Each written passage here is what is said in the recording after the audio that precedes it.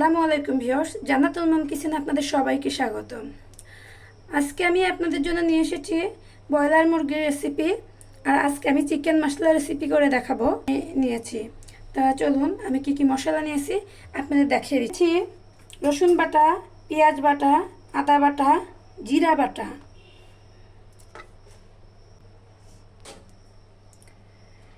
নিয়েছি হলুদ গুঁড়া, মরিচ গুঁড়া, সস, টক দই, পেঁয়াজ কুচি, লবণ। মুরগির মাংসের মশলা নিয়ে নিচ্ছি, প্যাকেট মশলা। এখানে নিয়েছি তেজপাতা, জিরা, এলাচ, লং, দালচিনি, স্টার মশলা। ভিউয়ার্স, এগুলো নিয়েছি আজকে রেসিপির জন্য। তো চলুন আমি প্রথমে মুরগির মাংসটা একটু ম্যারিনেট করে নেই। ম্যারিনেট করার জন্য আমার যা লাগছে সেটা হচ্ছে মরিচ গুঁড়া, হলুদ গুঁড়া, লবণ, এগুলো দিয়ে আমি একটু মিক্স করে নিব। রান্না করবো, চলুন চুলায় চলে যাই।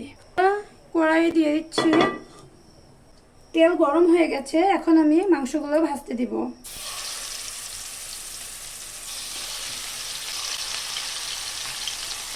মাংসটা কিন্তু ভাজা হয়ে গেছে। এখন আমি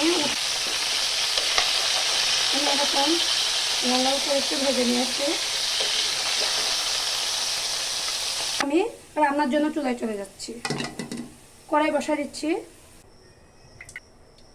তেল গরম হয়ে গেছে। তেজপাতা দিয়ে দিচ্ছি, এলাচ, দালচিনি, এগুলো দিয়ে দিচ্ছি।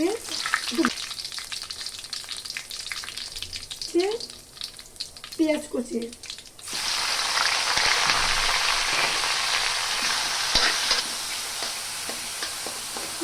এটা যেহেতু চিকেন মশলা রান্না করছি, তো এই জন্য কিন্তু এখানে পেঁয়াজের পরিমাণটা একটু বেশি দিতে হবে। পেঁয়াজ কিন্তু কুচি দিয়ে দিয়েছিলাম, আবার আমি এখানে বাটাও দিয়ে দিচ্ছি। পেঁয়াজ বাটা দিয়ে দিচ্ছি। এখানে দিয়ে দিচ্ছি রসুন, 2 চামচ রসুন দিয়ে দিচ্ছি। দিয়ে দিচ্ছি আদা, পরিমাণ মতো আদা দিয়ে দিচ্ছি। মশলাগুলো এখন আমি একটু কষিয়ে নিচ্ছি। দিয়ে দিচ্ছি একটু জিরা ধনিয়া একসাথে বাটা। ভিউয়ার্স, আপনারা কিন্তু ভালোভাবে মশলাটা কষিয়ে নেবেন, যাতে মশলার কাঁচা গন্ধটাই এখানে না থাকে। দিয়ে দিচ্ছি লবণ পরিমাণ মতো, হলুদ গুঁড়া, দিয়ে দিচ্ছি মরিচ গুঁড়া,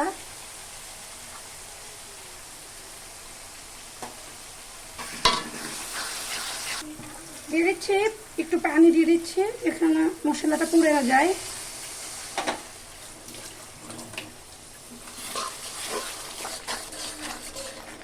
ভিউয়ার্স, এখন কিন্তু আমার মশলাটা খুব সুন্দর করে কিন্তু কষিয়ে নেওয়া হয়ে গেছে।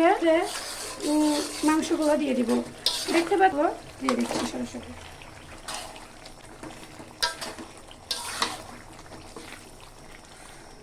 তো ভিউয়ার্স, এখন কিন্তু আমি বেশ ভালোভাবে একটু নাড়াচাড়া দিয়ে কষিয়ে নিচ্ছি। এখন আমি এখানে অ্যাড করে দিচ্ছি টক দই।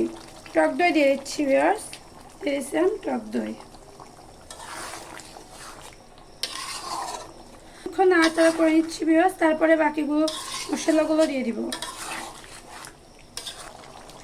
এখন ভিউয়ার্স দিয়ে দিব টমেটো সস। এখানে আমি টমেটো সস দিয়ে দিচ্ছি।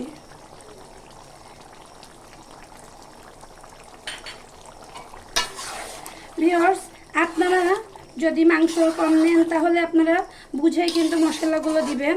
আমি যেহেতু এখানে একটু মাংস বেশি নিয়েছি, তাই কিন্তু আমি মশলাগুলো আমি আমার পরিমাণ দিয়েছি। এতে কিন্তু আমার মাংসটা সিদ্ধ হয়ে যাবে। তো আমি এখন ঢাকা দিয়ে দিচ্ছি, ফিরে আসতেছি 20 মিনিট পরে। তো ভিউয়ার্স, 20 মিনিট হয়ে গিয়েছে। এখন আমি ঢাকনা খুলে দেখছি, আর মাঝে একবার নেড়ে দিয়েছিলাম। আমি কিন্তু এখানে কোনো পানি ব্যবহার করিনি, আমার কিন্তু মাংসটা অনেকটা সিদ্ধ হয়ে এসেছে। তো এখন আমি এখানে অ্যাড করব রাঁধুনি মাংসের মশলা। দিয়ে দিচ্ছি রাঁধুনি মাংসের মশলা।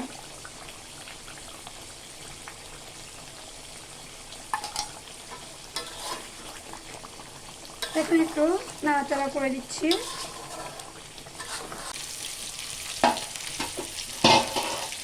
ভিউয়ার্স, আমার কিন্তু রান্না মোটামুটি হয়ে গেছে। এখন কিন্তু আমি গরম মশলা যে মশলাগুলো একসাথে করে রেখেছিলাম সেটা ভেজে গুঁড়ো করে নিয়েছি।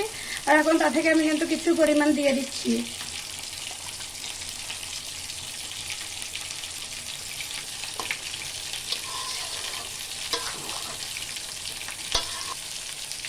তো ভিউয়ার্স, আমার কিন্তু রান্নাটা হয়ে গিয়েছে। আমি এখন চুলাটা অফ করে দিব। তো আমি চুলা অফ করে দিচ্ছি।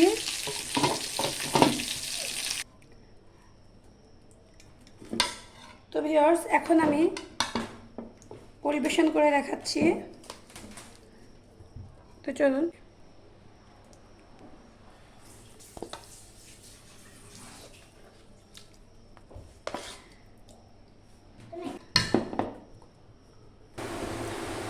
তো ভিউয়ার্স, আজকে আমি মাংসটা ভাতের সাথে পরিবেশন করছি।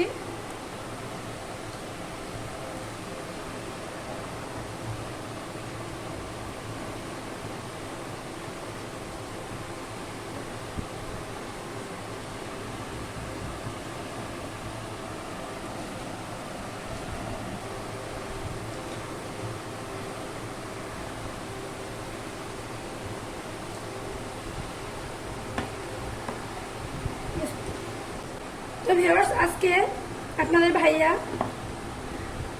আর জান্নাতুল ফেরদৌস খাচ্ছে, খেয়ে বলছে যে আজকে রান্নাটা কেমন হয়েছে। এভাবে খুব সুন্দর হয়েছে রান্নাটা, মাংস